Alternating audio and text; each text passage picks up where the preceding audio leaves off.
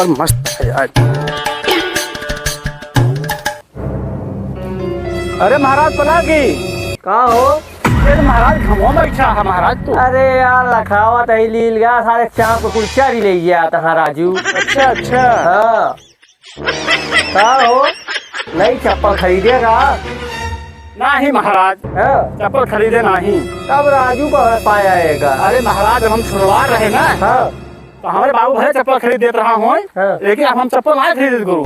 नहीं यार एकदम चप्पलिए तो बड़ी नीक लागत है। चप्पल नहीं खाइए है गुरु। हाँ। जानता है गुरु चप्पल हम खरीदे नहीं। हाँ चला बाबा बेलखरनाथ हाँ वही जाए थे गुरु। वही नया नया चप्पल सब उतार मंदिर में पूजा करे गया था ना वही अपन चप्पल उतार के नया चप्पल वहीं चला आए थे। क्या राजू तो इतना बड़ा चोर रहा यार है?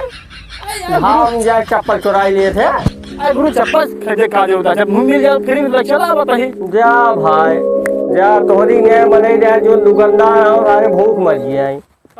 गजब मनई यहाँ बतावा यार चप्पल चुराई लिए तहाँ जाए धाम में हो कहा तहाँ जाए बदल ले हमारे बाबा रहन चप्पल खरीदत रहे जब से बता अब पूरा घर चप्पल ये सरवा चुरा ले बहुत बड़ा चोर है। प्रभु का दिन आई है यार बताओ घोर कलयुग चल रहा।